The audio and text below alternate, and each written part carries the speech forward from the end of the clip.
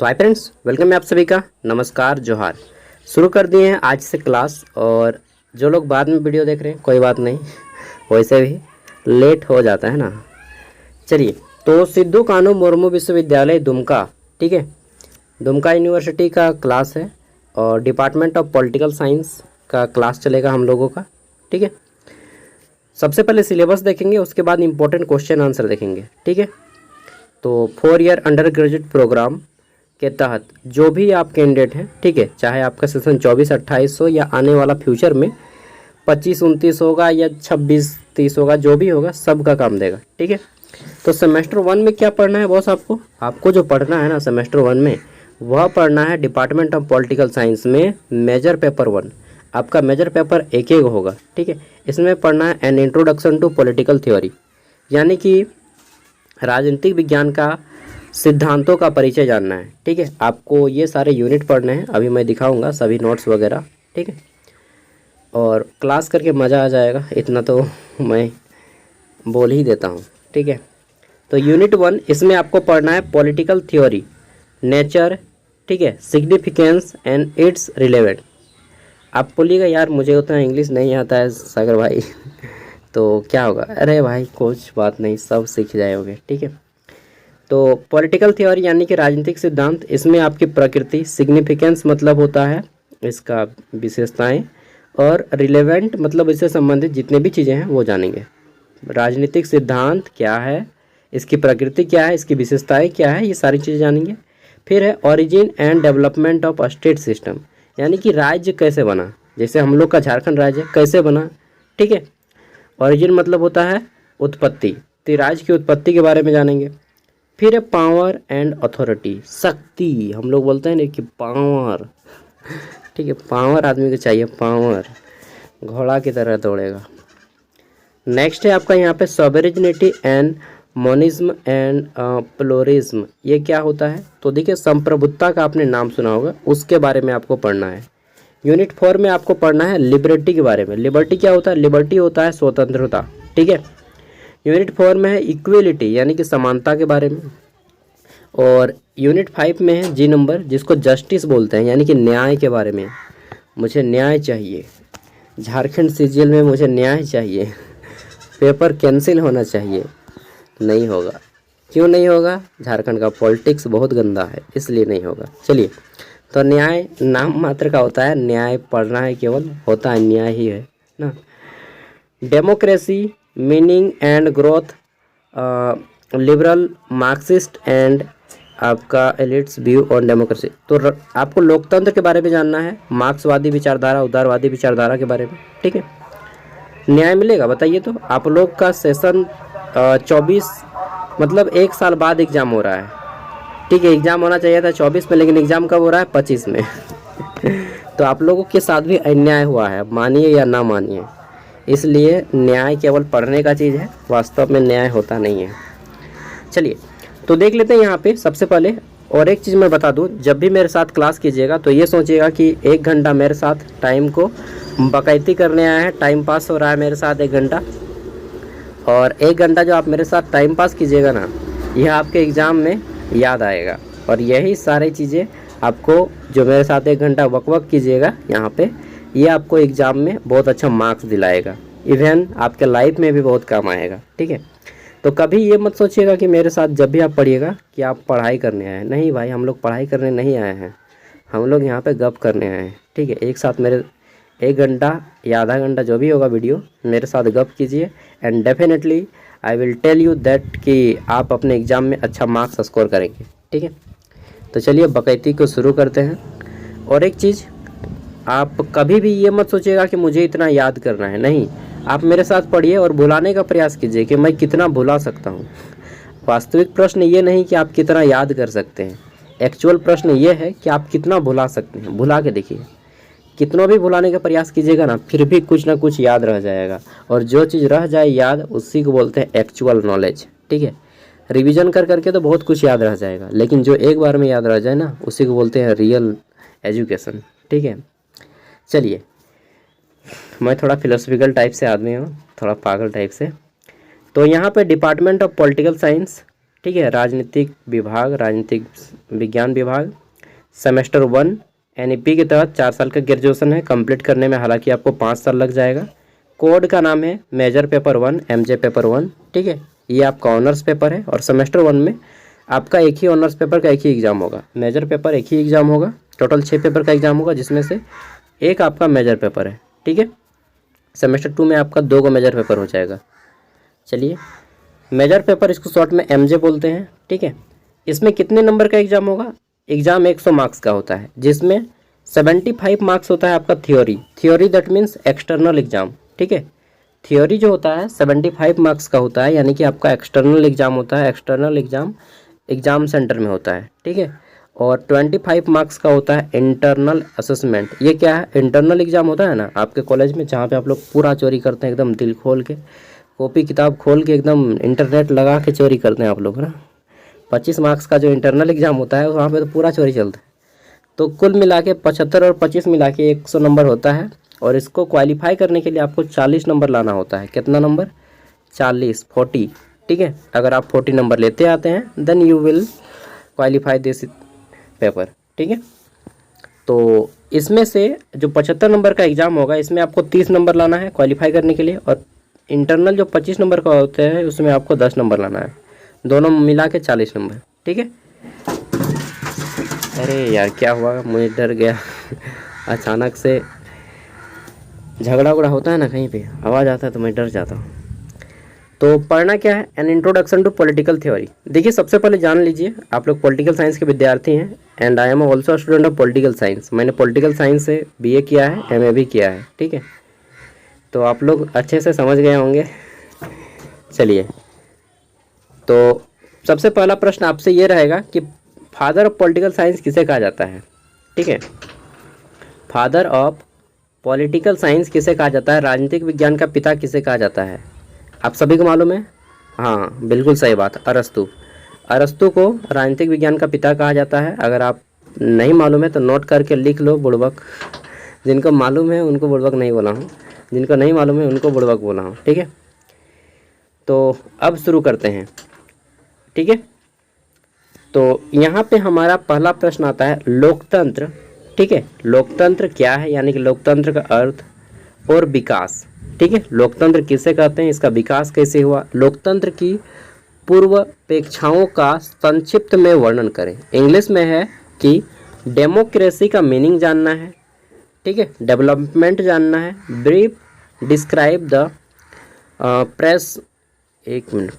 प्रेस्क्यूजाइट of democracy. ठीक है, ये क्या होता है? तो डेमोक्रेसी क्या है? लोकतंत्र।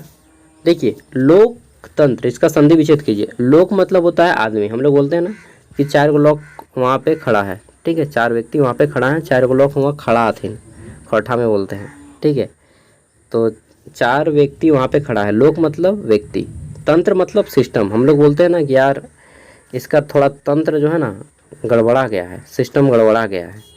तो लोकतंत्र यानी कि लोगों का तंत्र, सिंपल भाषा में समझिए। ठीक है, जब आप एग्ज़ाम देने जाते हैं तो एग्ज़ाम के पेपर में रहता है कि परीक्षार्थी यथासंभव अपने ही शब्दों में उत्तर दें, यानी कि किताबी भाषा का प्रयोग नहीं करना है। ठीक है, तो लोक मतलब व्यक्ति और तंत्र मतलब सिस्टम, यानी कि लोगों का एक तंत्र जो सिस्टम से काम करता हो। ठीक है, इसी को लोकतंत्र बोलते हैं साधारण शब्दों में। ठीक है, अब चलिए हम लोग किताबी भाषा का प्रयोग करते हैं। तो लोकतंत्र लोगों का शासन है। यह एक ऐसी शासन प्रणाली है जिसमें सत्ता लोगों के हाथ में होती है। ठीक है, जैसे अभी सत्ता झारखंड में किसके हाथ में है? मोदी के हाथ में सॉरी, भारत में मोदी के हाथ में, झारखंड में हेमंत सोरेन के हाथ में। तो यह कौन है? बांदर है? नहीं, आदमी है भाई। तो लोगों के हाथ में है। ठीक है, सत्ता लोगों के हाथ में होती है, बंदर के हाथ में नहीं होती है। हालांकि ये लोग बंदर से भी ज़्यादा उत्पात है। जो अपने प्रतिनिधियों को चुनते हैं उनको किन्होंने चुना है? हम लोगों ने चुना है। मालूम है आपने नहीं चुना है, लेकिन जो भी चुना है वो लोग तो ही है ना। ठीक है, तो लोकतंत्र ऐसा शासन है जिसमें सत्ता लोगों के हाथ में होती है और उसे लोग ही चुनते हैं। लोकतंत्र की सफलता के लिए कुछ पूर्वेक्षाएँ हैं, जैसे कि नागरिक शिक्षा। हम लोग नागरिक शिक्षा पढ़ते थे क्लास 9-10 में, मालूम है? सिविक्स जिसको बोलते थे, सिविक्स बोला जाता था उस टाइम पे, नागरिक शिक्षा। ठीक है, जागरूकता और सक्रिय भागीदारी, साथ ही स्वतंत्रता, निष्पक्ष चुनाव, कानून का शासन और मानव अधिकार का सम्मान, ये सभी किस में आते हैं? लोकतंत्र में आते हैं। ठीक है। लोकतंत्र का एक परिभाषा अब्राहम लिंकन ने दिया था। अब्राहम लिंकन का नाम सुने? अमेरिका के राष्ट्रपति थे अब्राहम लिंकन। उन्होंने एक बोला था, democracy is by the people, for the people and from the people. ठीक है, यानी कि लोकतंत्र क्या है? तो अकॉर्डिंग टू अब्राहम लिंकन के अनुसार लोकतंत्र जनता का, जनता के लिए, जनता के द्वारा किया गया शासन है। आप बोलिएगा ये क्या बोल रहे हैं आप? हाँ, और एक बार सुन लीजिएगा, लोकतंत्र जनता का, जनता के लिए, जनता के द्वारा किया गया शासन है, इसी को लोकतंत्र बोलते हैं। ठीक है, तो ये अब्राहम लिंकन का कहना है। ठीक है, चलिए आपने भी सुना होगा, नहीं सुना है तो सुन लीजिएगा। लोकतंत्र का अर्थ, तो लोकतंत्र जैसा कि नाम से ही पता चलता है या स्पष्ट होता है कि लोगों का शासन है। यह एक ऐसी शासन प्रणाली है जिसमें सत्ता लोगों के हाथ में होती है और लोग अपने प्रतिनिधियों को चुनते हैं। ठीक है, जो उनके लिए कानून बनाते हैं। ठीक है, हम जैसे चुन लिए, मान के चलिए मैंने चुन लिया किसी व्यक्ति को, कोई एमएलए को, तो एमएलए क्या कर रहा है? विधानसभा में जाके कानून बना रहा है। किसके लिए कानून बना रहा है? अपने को पावरफुल बनाने के लिए। हालांकि बोला जाता है कि जनता के हेल्प के लिए, घंटा जनता का हेल्प होता है यार वो आप भी जानते हैं, हम भी जानते हैं। हेल्प होता तो फिर झारखंड में 2-3 साल से वैकेंसी नहीं आ रहा है। ठीक है, ऊपर से मैया सामान चला रहा है, बिना काम करके व्यक्ति को पैसा दो, ये सब हेल्प हो रहा है? हेल्प होता तब होता कि भाई कोई काम करवा लो और पैसा दो। काम के बदले में पैसा होता है। फ्री में अगर पैसा मिल रहा है तो वो भीख है, या फिर उसका हर जाना आपको उससे भी ज़्यादा कीमत में चुकाना पड़ेगा।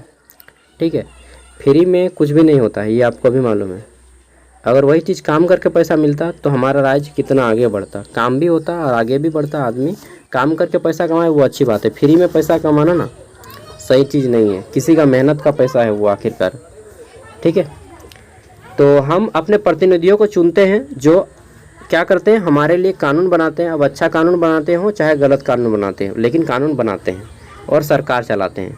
लोकतंत्र में सभी नागरिक को समान अधिकार और अवसर प्राप्त होते हैं और सरकार लोगों के प्रति जवाबदेही होती है। ठीक है, सरकार लोगों के प्रति जवाबदेही होती है। कुछ भी होता है तो हम लोग सरकार को दोष देते हैं, जैसे मैंने अभी सरकार को दोष दिया ना, हाँ, तो वो हमारे प्रति जवाबदेही है, इसलिए हम उसको बोल सकते हैं। लोकतंत्र का विकास, हालांकि जवाबदेही नाम मात्र का है, आप बोलते रहिए ना, उसको कुछ फर्क नहीं पड़ेगा। ठीक है, लोकतंत्र का विकास एक सतत प्रक्रिया है। यह नेताओं और संस्थानों द्वारा आकार लेता है, लेकिन यह नागरिक भागीदारी, संस्थागत जवाबदेही है, वैश्विक परिवर्तन के अनुकूल होने की क्षमता पर भी निर्भर करता है। 21वीं सदी में लोकतंत्र को चुनौतियों का सामना करना पड़ रहा है, जैसे कि गलत सूचना, ठीक है, ध्रुवीकरण और आर्थिक असमानता। ये लोकतंत्र के कुछ समस्याएं हैं। लोकतंत्र की पूर्वेक्षाएं क्या हैं? देखिए, तो लोकतंत्र की सफलता के लिए कुछ पूर्वेक्षाएं हैं। ये क्या है पूर्वेक्षा? पूर्वेक्षा मतलब पूर्व की इच्छा, इच्छा समझते हैं जी, डिजायर। ठीक है, आज मन करता है कि हम जा करके एगो क्या कहते हैं उसको यार, हाँ, दही वाला एकदम ठंडा ठंडा पी लें मक्खन मार के, लेकिन वो इच्छा हो गया। इसी तरह से राजनीतिक में भी कुछ इच्छाएं होती हैं। तो शिक्षा और जागरूकता, पहली इच्छा क्या है? शिक्षा जागरूकता, यानी कि नागरिकों को शिक्षित और जागरूक होना चाहिए ताकि वे राजनीतिक प्रक्रिया में सक्रिय रूप से भाग ले सकें और अपने अधिकारों और कर्तव्यों को समझ सकें। ये समझ सकें कि हमें किसे वोट देना है और किसे नहीं वोट देना है। जबकि हमारे यहाँ क्या होता है? भेड़िया दसान चलता है। आदमी को मालूम नहीं है कि एमएलए कौन है और एमपी कौन है। रियलिटी बता रहा हूँ, मालूम है? शायद आपको भी नहीं मालूम होगा कि एमएलए और एमपी में क्या अंतर होता है। आपको मालूम होगा। मैं ऐसे लोगों की बात कर रहा हूँ जो लोग ये तक नहीं मालूम है कि एमएलए कौन है और एमपी कौन है और इसका पावर क्या है, किसका क्या काम है। ठीक है, जिसको ये नहीं मालूम है कि एमएलए एमपी कौन है, उसको चुनने दिया जा रहा है कि आप अपना एमएलए एमपी चुनिए। अब बताइए, आपको मालूम ही नहीं है कि आपका दूल्हा कौन है और आपको चुनने दिया जाएगा कि चुनो भाई 5 साल के लिए, तुमको यही रगड़ेगा तो ये अंधेरे घर में तीर मारने जैसा हो गया बात। तो इसीलिए मैं बोलता हूँ ये लोकतंत्र नहीं भेड़ तंत्र है। ठीक है, ये मैं भी नहीं, बहुत सारे बुद्धिजीवी भी बोलते हैं कि लोकतंत्र नहीं, ये भेड़ तंत्र है। लोकतंत्र मैं तभी कहूँगा इसको जब कम से कम कुछ कंडीशन रखा जाए कि वोट देने का अधिकार के लिए आपको कम से कम 10th पास करना होगा, मेरे ख्याल से तो कम से कम 10th पास होना ही चाहिए, ठीक है। और एग्ज़ाम में यही सब आपको लिख के भर देना होगा पेज तो भाई, 6 को पेज लिखना होगा। अरे यार कैसे पेज भरिएगा? तो अपना अपना दिमाग लगाइए। आप भी अब पॉलिटिक्स का आदमी है भाई, पॉलिटिक्स झाड़िएगा ना, ठीक है। गली मोहल्ला में नहीं झाड़ना है, किताब में झाड़ना है पॉलिटिक्स, ठीक है। तो यही बताना है कि शिक्षा और जागरूकता ज़रूरी है। क्यों ज़रूरी है मैंने बता दिया। मालूम नहीं होता है व्यक्ति को कि पावर किसका कितना है और उसको वोट देता है। गजब देश, इसीलिए तो लूट के सब खा गया है। सक्रिय भागीदारी। अब सक्रिय भागीदारी क्या है कि नागरिकों को राजनीतिक और सामाजिक मुद्दों पर सक्रिय रूप से भाग लेना चाहिए और सरकार को जवाबदेह ठहराना चाहिए। हमको बोलना चाहिए कि सरकार गलत काम कर रही है, बोलने जाइएगा जेल में घुसा देगा, ठीक है। तो कब आपको जेल में नहीं घुसाइएगा? जब आप पावरफुल रहेंगे, ठीक है। इसलिए हम लोग को एक चैप्टर पावरफुल भी पढ़ना है, शक्ति। स्वतंत्र और निष्पक्ष चुनाव। हाँ ये बात सही है कि इलेक्शन जो होगा वह स्वतंत्र होगा और निष्पक्ष चुनाव होगा ताकि लोगों को चुन सकें हम। तो चुनाव लोकतांत्रिक प्रक्रिया का एक महत्वपूर्ण हिस्सा है। उन्हें स्वतंत्र और निष्पक्ष होना चाहिए ताकि सभी नागरिकों को अपने प्रतिनिधियों को चुनने का समान अवसर मिल सके। लेकिन यहाँ पे क्या होता है, अरे एक पैंटी दारू पी लेवे और मुर्गा खा लेवे, बस एक पैंटी दारू मुर्गा और 500 टका दे दिया और शाम को बिहान हो गया, हाँ वोट आप ही का गिरेगा जी, टेंशन मत लीजिए ना। तो यही है भेड़तंत्र का निशानी, ठीक है। निष्पक्ष चुनाव क्या है यहाँ पे कि स्वतंत्र और निष्पक्ष चुनाव। तो स्वतंत्र और निष्पक्ष चुनाव नहीं हुआ, ये क्या हुआ? एक तरफा चुनाव हुआ। कोई पैसा ना दे, जो अच्छा काम करेगा उसी को वोट दें, ये होगा ना बात। तो यहाँ पे क्या करता है, नेता लोग अपने घूस खिलाने लगता है और घूस खिलाने लगता है और आदमी खाने भी लगता है। जब तुम अभी खा रहा है ना 5 टका, मान के चलिए 50 टका का मुर्गा खा रहा है और 50 रुपया का एक पैंटी दारू पी रहा है, ठीक है। एक पैंटी दारू मतलब एक पवा दारू 250 ml, एक पैंटी बोलते हैं उसको। और चखना यही तो हो गया और ये तो दारू हो गया। और 500 रुपया दे रहा है, मतलब 600 टका का तुमको दे रहा है और 5 साल उधर आपको रगड़ेगा। ठीक है, तो 500 रुपया में बिचा जाओ 500-600 में, उसके बाद 5 साल रगड़ाओ, यही होता है। तो कहाँ से ये निष्पक्ष चुनाव होगा? नहीं हुआ निष्पक्ष चुनाव। हाँ भले बोला जाता है निष्पक्ष चुनाव, लेकिन नहीं होता है निष्पक्ष चुनाव। कानून का शासन। कानून का शासन लोकतंत्र की एक महत्वपूर्ण पूर्वेक्षा है। इसका मतलब है कि सभी नागरिक सरकार सहित कानून के अधीन है और कोई भी कानून से ऊपर नहीं है, ठीक है। तो ये चीज़ बताना है कि कानून जो है सभी के लिए समान है और कानून सभी के लिए समान होना भी चाहिए, अदरवाइज न्याय नहीं मिलेगा। लेकिन झूठ है, ये भी झूठ है, फरेब है, क्योंकि कानून सभी के लिए समान नहीं है। पावरफुल आदमी के लिए कानून उसके मुट्ठी में होता है और गरीब आदमी के लिए कानून उसको लपेटे में ले लेता है, ठीक है। ये सब भी लिख देना है, डरना नहीं है भाई, सच्चाई लिखो, ठीक है। पॉलिटिकल साइंस लिए हैं तो हिम्मत रखिए, कम से कम कलेजा रखिए, ठीक है, सच्चाई लिखने का, क्योंकि पॉलिटिकल साइंस का ही आदमी आगे चल के मीडिया वगैरह में जाता है, ठीक है। मानव अधिकारों का सम्मान। लोकतंत्र में सभी नागरिकों के मानव अधिकारों का सम्मान किया जाना चाहिए। इन अधिकारों में बोलने की अभिव्यक्ति और स्वतंत्रता, ठीक है, और धार्मिक स्वतंत्रता शामिल है। बिल्कुल ये बात सही है कि सभी लोगों को जो है स्वतंत्र मिलना चाहिए कि हम अपने बात को अच्छे से रख सकें, अपना धर्म को मान सकें, चाहे आप हिंदू हो, मुस्लिम हो, सिख हो, ईसाई हो, चाहे सरना हो, कोई भी धर्म हो, सभी व्यक्ति को अपना अपना धर्म मानने का पूरा अधिकार है, ठीक है। और मिल भी रहा है पूरा अधिकार। एक अधिकार और को मिल जाता है कि भाई जहाँ मन करो वहाँ पे तुम मैरिज कर लो। ये अगर अधिकार मिल जाता तो सच बता रहा हूँ बहुत से लोगों की मन्नतें पूरी हो जाती ना। चलिए नेक्स्ट है आर्थिक विकास। तो पॉलिटिक्स का ये भी मोटो होता है कि हम इकोनॉमिक डेवलपमेंट करेंगे। चुनाव किस लिए होता है? ताकि हमारा आर्थिक विकास हो सके, इकोनॉमिक डेवलपमेंट हो सके। हम लोग बोलते हैं ना सड़क बनवा देंगे, रोड बनवा देंगे, पानी दे देंगे, एकदम घर घर में एकदम कॉलोनी दे देंगे, इंदिरा आवास दे देंगे, ठीक है, फलना ढिमका सब दे देंगे, ट्रांसफार्मर दे देंगे। तो ये क्या है? इकोनॉमिक डेवलपमेंट है। हालांकि आधा कुछ पूरा होता है, कुछ पूरा नहीं होता है, ठीक है। सामाजिक न्याय। सामाजिक न्याय में क्या है कि सामाजिक न्याय लोकतंत्र की एक महत्वपूर्ण पूर्वेक्षा है। इसका मतलब है कि सभी नागरिकों के साथ समान व्यवहार किया जाना चाहिए और किसी के साथ भी भेदभाव नहीं किया जाना चाहिए, ठीक है। और लोकतंत्र एक जटिल अवधारणा है और इसकी सफलता कई कारणों पर निर्भर करती है। हालांकि शिक्षा, ठीक है, जागरूकता, सक्रिय भागीदारी और स्वतंत्रता और निष्पक्ष चुनाव, कानून का शासन है और मानव अधिकारों का सम्मान लोकतंत्र की सफलता के लिए आवश्यक है। तो एक प्रश्न का आंसर करते करते 20 टाइम लग गया, 20 मिनट ना। तो प्रश्न क्या था मालूम है? भूल गए। वो आमिर खान का क्वेश्चन गाना है ना कि कन्फ्यूजन ही कन्फ्यूजन है, सॉल्यूशन का पता नहीं, सॉल्यूशन जो लगा ढूंढने तो क्वेश्चन क्या था पता नहीं। दिल ये मेरा बात बात पे घबराए, दिल इडियट है प्यार से इसको समझा ले, ना। गाना मुझे मालूम नहीं, भूल गया हूँ, आपको याद होगा। तो लोकतंत्र का अर्थ जान लिए हम लोगों ने, क्या है, विकास जान लिए, लोकतंत्र की विशेषताएं जान लिए। पूर्वेक्षा बोले चाहे विशेषता बोले, जो भी पूछेगा आपको लिख देना है, ठीक है। तो अब लोकतंत्र से संबंधित जो भी प्रश्न आएगा आपको यहाँ पे एग्जाम में उतार देना है एकदम धड़धड़ा के। अगला प्रश्न, मैं पहले प्रश्नों को दिखा देता हूँ, ठीक है, ताकि आप हमारे साथ टाइम वेस्ट करें या ना करें वो आप पे डिपेंड करता है।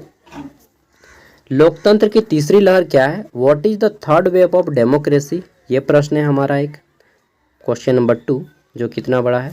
क्वेश्चन नंबर 3 है प्रक्रियात्मक न्याय और वितरणात्मक न्याय में अंतर स्पष्ट करें। Explain the difference between procedural justice and distributive justice, ठीक है, या डिस्ट्रीब्यूटिव जस्टिस या डिस्ट्रीब्यूलर, जो भी बोलना चाहें बोल सकते हैं। आगे देख लेते हैं। नेक्स्ट है हमारा 4th नंबर क्वेश्चन। इसमें पूछा गया है न्याय किसे कहते हैं, यानी कि जस्टिस क्या है, इसका अर्थ प्रकार को लिखना है। What is justice, right it's mean and types, ठीक है। न्याय, उसी अनुपात में न्याय मिलना चाहिए जिस अनुपात में कोई गलती करता है, ना तो उससे कम ना ही उससे ज़्यादा। अरे यार, 5वां प्रश्न आ गया ना। इसमें है समानता के अर्थ एवं प्रकारों को लिखें। समानता, right the meaning and types of equality. इसमें आपका बहुत प्रकार की समानता आ जाएगा, राजनीतिक समानता, कानूनी समानता, आर्थिक समानता, ठीक है, अवसर की समानता, जॉब में समानता, मेल फीमेल में समानता, बहुत कुछ समानता आ जाता है। ये सारी चीज़ें आपको पढ़नी है। फिर पढ़ना है स्वतंत्रता किसे कहते हैं, सकारात्मक और नकारात्मक स्वतंत्रता की अवधारणा में क्या अंतर है, ठीक है, ये जानना है। What is freedom, what is the difference between concept of positive and negative freedom, okay, तो ये जान लेना है आपको। स्वतंत्रता किसे कहते हैं, स्वतंत्रता, इसके लिए तो भाई 300 साल हम लोगों ने लड़ा है, लगभग 250 साल अंग्रेज़ों से, ठीक है, तो इसे कैसे भूल सकते हैं आप, इतना महत्वपूर्ण टॉपिक है, ठीक है, ये पढ़ना है। उसके बाद पढ़ना है क्वेश्चन नंबर 7 में संप्रभुता के द्वैतवाद और बहुलवादी सिद्धांत की विवेचना करें तथा इसमें अंतर स्पष्ट करें। Discuss the dualism and pluralistic theory of sovereignty and explain the difference between them, okay, तो ये हमारा क्वेश्चन नंबर 7 है। आगे देख लेते हैं question number 8, that is your, क्या बोल रहा है यार, कितना दूर में है, हाँ इतना दूर में है, पावर, ठीक है। तो पावर का भूखा होता है कुछ कुछ आदमी, उसमें से मैं भी एक था, लेकिन पावर अब नहीं चाहिए यार, ठीक है, पावर को बदल दो प्यार में, ठीक है, किससे, अदर पर्सन से नहीं, स्वयं से, ठीक है, self love, not any other person. चलिए, क्योंकि अदर पर्सन से कीजिएगा तो ये हार्मफुल हो जाएगा आपके लिए, और सेल्फ से कीजिएगा तो बेनिफिशियरी रहेगा आपके लिए, ठीक है। तो हमारा प्रश्न है शक्ति का, 1 मिनट, इसको थोड़ा सा कलर चेंज कर देते हैं। हाँ, क्वेश्चन क्या है, शक्ति तथा अधिकार का अर्थ स्पष्ट करें। जहाँ पे शक्ति आएगा वहाँ पे अधिकार आएगा ही, सिंपल सी बात है। तथा इनमें क्या अंतर है, शक्ति किसे कहते हैं और अधिकार किसे कहते हैं। हम लोग बोलते हैं ना कि हमारे बापे के संपत्ति लाए, कौन माइक लाल छू के दिखाई देता है। ज़मीन बारी का जब भी होता है बात मसला, तो हम लोग ऐसा ही बोलते हैं ना, ठीक है, कि ये मेरा बाप का ज़मीन है, कौन माइक लाल इसको खरीद लेगा। उस दिन या तो हम नहीं या तो वो नहीं। तो अधिकार की बात यहाँ पे हो गई, ठीक है। और जब हम अधिकार की बात करते हैं तब आता है पावर, ठीक है। अगर ऐसा किया तो मैं केस कर दूंगा, तो फिर पावर दिखाने लगते हैं, ठीक है, कि हमर मतलब जो भी है रिलेटिव इसमें है, हम तुरंत केस करवा देंगे, तो फलना तो ढिमका यानी कि पावर और शक्ति दिखाने लगते हैं। यही चीज़ आप बड़े लेवल पे सोच के देखिए, नेशनल लेवल पे, कि जब कोई देश किसी दूसरे देश के साथ किसी ज़मीनी मुद्दे पे बहस होता है, जैसे भारत पाकिस्तान, पहले मैं छोटे स्तर पे समझाया आपको, अब मैं बड़े स्तर पे समझा रहा हूँ, ठीक है। वही व्यक्ति मान लीजिए भारत है, एगो पाकिस्तान है, और ये ज़मीन है, ज़मीन का टुकड़ा जिसके लिए दोनों कोई लड़ रहा है, ठीक है। तो यहाँ पे अधिकार और शक्ति दोनों देशों की बात हो जाती है, सेम चीज़ वही है, ठीक है। चलिए, तो इसी तरह से आपको समझना है शक्ति और अधिकार क्या है और इनमें क्या अंतर होता है, इसकी विशेषताएं कौन कौन सी हैं, ठीक है, एकदम आराम से। और एक चीज़ मैं बता देता हूँ, आपने पॉलिटिकल साइंस लिया है, आपको जो है ना सोच सोच के लिखना पड़ेगा, बहुत सारा चीज़ सोच सोच के लिखना पड़ेगा, क्योंकि वो गाना जाता है, क्योंकि मैं तेरा मास्टर, ठीक है। क्योंकि आपको नहीं सोच पाइएगा तो 6 पेज नहीं लिख पाइएगा। कितने मार्क्स के लिए कितना पेज लिखना होता है इसी वीडियो में मैं बता दूंगा एंड में। राज्य व्यवस्था की उत्पत्ति और विकास का वर्णन करें, ठीक है। राज्य व्यवस्था की उत्पत्ति और विकास, राज्य की उत्पत्ति कैसे होती है, इसका विकास कैसे होता है, डेवलपमेंट, राज्य को बनने के लिए क्या क्या चीज़ों की ज़रूरत होती है, वो सारी चीज़ आपको इसमें जानना है, ठीक है।